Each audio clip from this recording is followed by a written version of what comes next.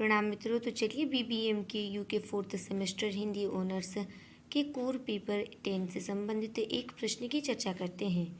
प्रश्न है, हिंदी उपन्यास की परिभाषा, स्वरूप और विशेषताओं पर प्रकाश डालें। अर्थात आपको हिंदी उपन्यास की परिभाषा, उसका स्वरूप कैसा है और उसकी क्या क्या विशेषताएं, उसके विषय में लिखना है। गद्य साहित्य की विभिन्न विधाओं में उपन्यास का प्रमुख स्थान है। उपन्यास मानव जीवन तथा समाज पर आधारित पूर्ण कथानक होता है। अर्थात उपन्यास में किसी मानव के संपूर्ण जीवन का चित्रण होता है। यह कहानी से भिन्न है। कहानी में जीवन के किसी एक ही पक्ष का चित्रण होता है, परंतु उपन्यास में जीवन का संपूर्ण चित्रण होता है।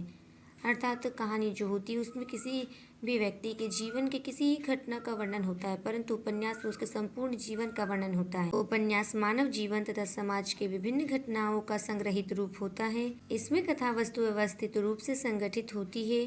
चरित्र, चित्रण, देश, काल और उद्देश्य पर पूर्ण ध्यान रखा जाता है। इस प्रकार उपन्यास का क्षेत्र जीवन से पूर्णतया संबंध है।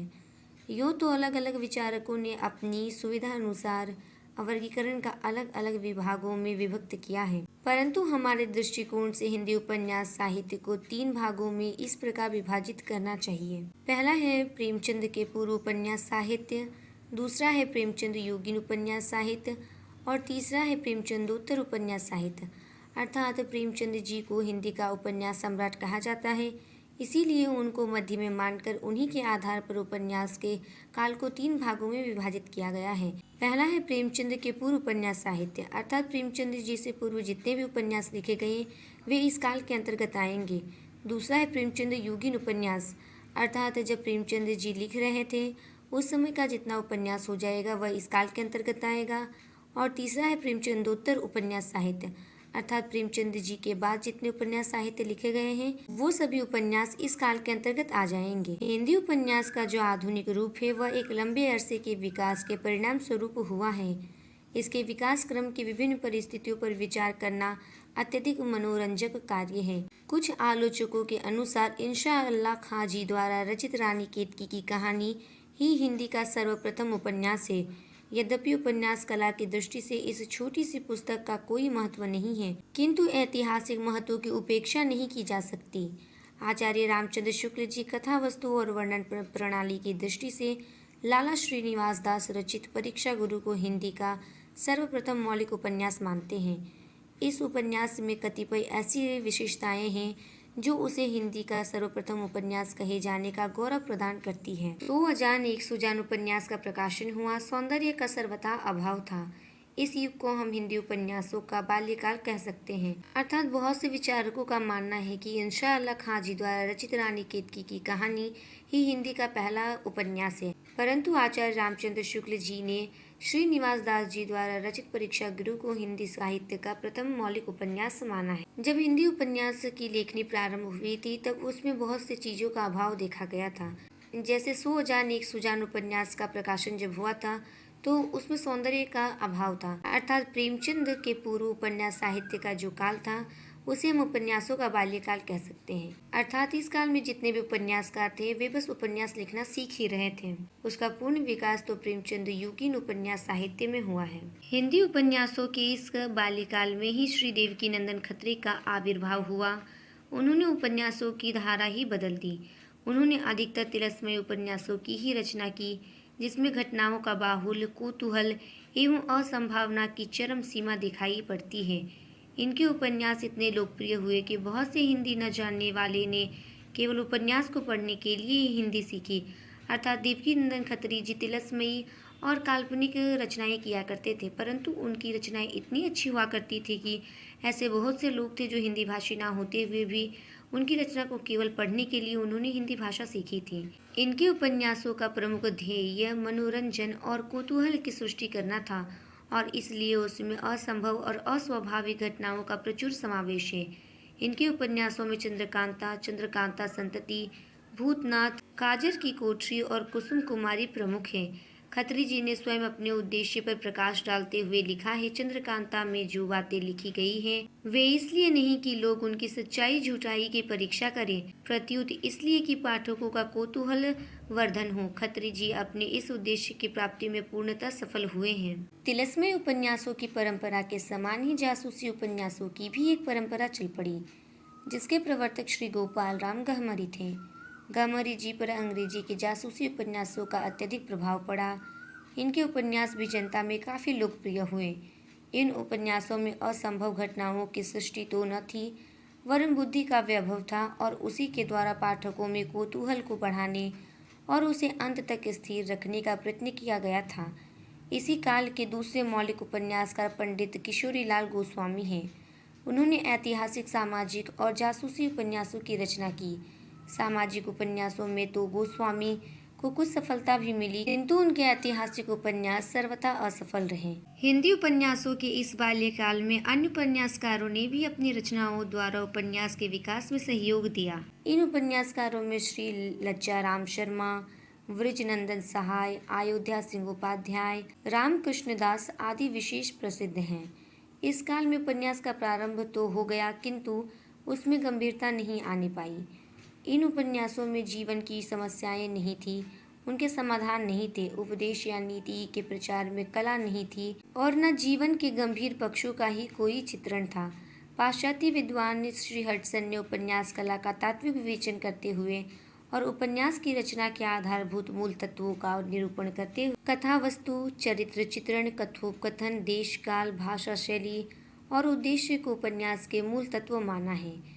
उन्हीं 6 तत्वों का पाश्चात्य और भारतीय विद्वानों ने अब उपन्यास के मूल तत्वों के रूप में ग्रहण कर लिया है। उपन्यास के मूल तत्वों में पहला है कथा वस्तु। कथा वस्तु उपन्यास का मूल आधार है। बिना कथा के कोई उपन्यास चल ही नहीं सकता, क्योंकि उपन्यास मानव जीवन को लेकर चलता है और मानव के जीवन में घटित घटनाएं तथा उनके संदर्भ, मनुष्य के क्रियाकलाप और मनोभाव की कथा का स्वरूप निर्माण करते हैं। यही कथा उपन्यास का मूल आधार बनती है। कथा वस्तु को युग एवं काल, विषय समस्या तथा कथा संविधान की दृष्टि से सामान्यतः 3 वर्गों में विभाजित किया जा सकता है। अर्थात कथा वस्तु किसी भी उपन्यास का मूल तत्व होती है। बिना कथा वस्तु के कोई रचना हो ही नहीं सकती और कथा वस्तु को भी 3 भागों में विभाजित किया जा सकता है। युग एवं काल की दृष्टि से उपन्यास की कथा वस्तु के 3 भेद हैं। पहला भूतकाल, वर्तमान तथा भविष्य की कथा वस्तु। भूतकाल की कथा वस्तु पर आधारित 2 तरह के उपन्यास होते हैं, ऐतिहासिक एवं पौराणिक। अर्थात इतिहास में हुई किसी घटना पर जो उपन्यास लिखे जाते हैं उसे ऐतिहासिक उपन्यास कह सकते हैं। और भूतकाल कथा वस्तु पर आधारित 2 प्रकार के उपन्यास होते हैं।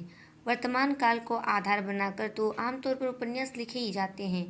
भविष्य की कल्पना करके भी कुछ उपन्यास लिखे गए हैं, जैसे जैनेन्द्र द्वारा लिखा गया उपन्यास जयवर्धन। अर्थात जैनेन्द्र ने जयवर्धन नामक उपन्यास की रचना की है, जिसमें भविष्य की कल्पना करके उपन्यास की रचना की गई है। विषय एवं समस्या की दृष्टि से उपन्यास अनेक प्रकार के होते हैं, क्योंकि मानव जीवन से संबंधित विषय और उनके जीवन की समस्याएं अनंत हैं। फिर भी सामान्य, ऐतिहासिक एवं सामाजिक 2 विषयों में हम उन्हें विभाजित कर सकते हैं, किंतु मोटे तौर पर समस्या की दृष्टि से वैयक्तिक एवं सामाजिक 2 वर्ग किए जा सकते हैं। कथा संविधान की दृष्टि से 2 प्रकार की कथाएं होती है, आधिकारिक कथा एवं प्रासंगिक कथाएं। आधिकारिक कथा पूरे उपन्यास में आरंभ से अंत तक एक ही होती है एवं प्रासंगिक कथाएं एक या अनेक हो सकती हैं। हडसन ने उपन्यास की कथा वस्तु की सामान्य विशेषता को स्पष्ट करते हुए कहा है कि वह उपन्यास वास्तव में श्रेष्ठ है जो आकार में बड़ा, विस्तृत और गंभीर रूप से उन घटनाओं पर आधारित होता है जो जीवन के संघर्ष को प्रभावित करती है। चरित्र चित्रण पात्रों के क्रियाकलापों से संबंध रखता है। पात्रों के क्रियाकलाप ही घटनाओं का कारण बनती है और घटनाओं का श्रृंखलाबद्ध संयोजन कथा वस्तु का रूप ग्रहण करता है। पात्रों के बिना काम का अस्तित्व नहीं हो सकता। पात्रों के चरित्र ही घटनाओं में तथा उससे संबंधित अन्य पात्रों के संबंध सूत्रों का निर्माण करते हैं। इस प्रकार उपन्यास में आने वाले हर पात्र की अपनी चारित्रिक विशेषताएं होती है। जो घटनाएं कथा का अंग बनती है, उन्हीं के संदर्भ के पात्रों की चारित्रिक विशेषताएं स्पष्ट होती चलती है। उपन्यास में चरित्र चित्रण के अनेक विधियां प्रयोग में आती हैं। उन्हें निम्न प्रकार से देखा जा सकता है। अगला है कथोपकथन। कथोपकथन उपन्यास का तीसरा महत्वपूर्ण तत्व है, जो उपन्यास का स्वरूप गठन में मुख्यतः 4 काम करता है। सर्वप्रथम तो कथा वस्तु को आगे बढ़ाता है, पात्रों की चारित्रिक विशेषताओं और आपसी संबंधों को स्पष्ट करता है, घटनाओं में श्रृंखला तथा संबंध स्थापित करता है तथा उपन्यास के उद्देश्य को स्पष्ट करता है। कथोपकथन द्वारा उपन्यासकार उपन्यास में वर्णित घटनाओं तथा दृश्यों को उपेक्षित रूप तथा मर्म स्पर्शिता उत्पन्न करता है एवं कथा विस्तार करता है। पात्रों के आपसी कथोपकथन के द्वारा ही पाठक पात्रों के मनोभाव और उनके अलग अलग स्वभावों से परिचित होता है और उनके प्रति अलग अलग मनोभावों का निर्माण करता है। विभिन्न पात्रों के आपसी विरोधी मतों को व्यक्त करने और कथोपकथन के द्वारा ही उपन्यासकार उपन्यास के उद्देश्य और विचार को स्पष्ट करता है।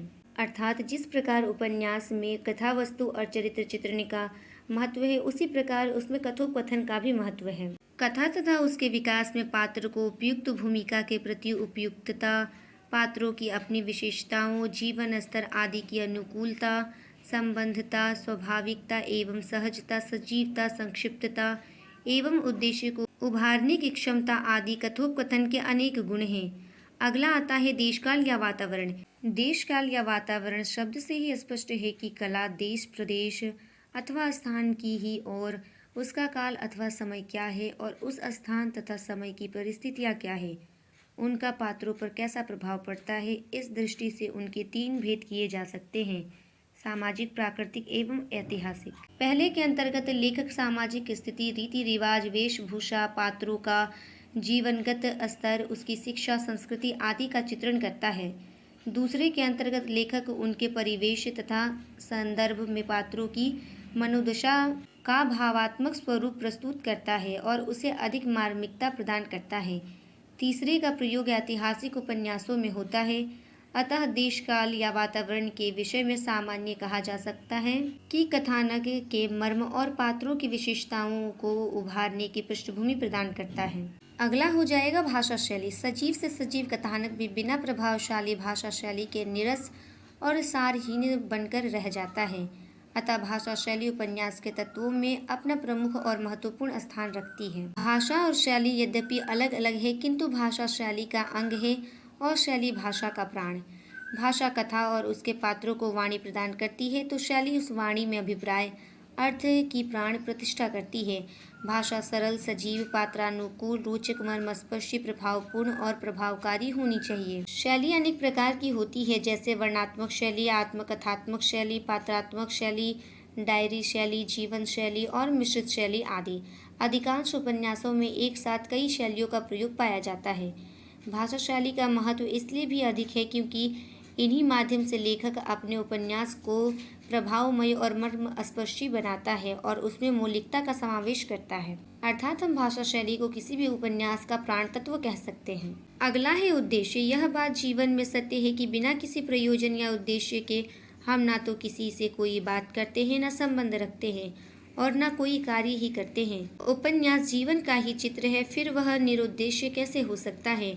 मनोरंजन भी तो एक उद्देश्य ही है और जीवन में मनुष्य का मनोरंजन भी जीवन के सहज कार्य, व्यापार और मनुष्य के आपसी संबंध तथा सहजीवन के बीच हो जाता है। इस तरह डॉक्टर प्रताप नारायण टंडन के शब्दों में आज उपन्यास को केवल एक मनोरंजन के साधन के रूप में ही पाठक नहीं ग्रहण और स्वीकार करना चाहता, वे एक प्रखर और स्पष्ट जीवन दर्शन की मांग करते हैं। अर्थात अब का जो समय है उसमें उपन्यास या साहित्य की किसी भी विधा को लेकर देख लीजिए, उन्हें केवल मनोरंजन का ही साधन नहीं समझा जाता, अपितु उनसे लोक कल्याण, नव जागरण, नवीन चेतना, मार्गदर्शन आदि की चेष्टा की जाती है। यहीं पर उपन्यास के विषय में यह प्रश्न समाप्त होता है। धन्यवाद।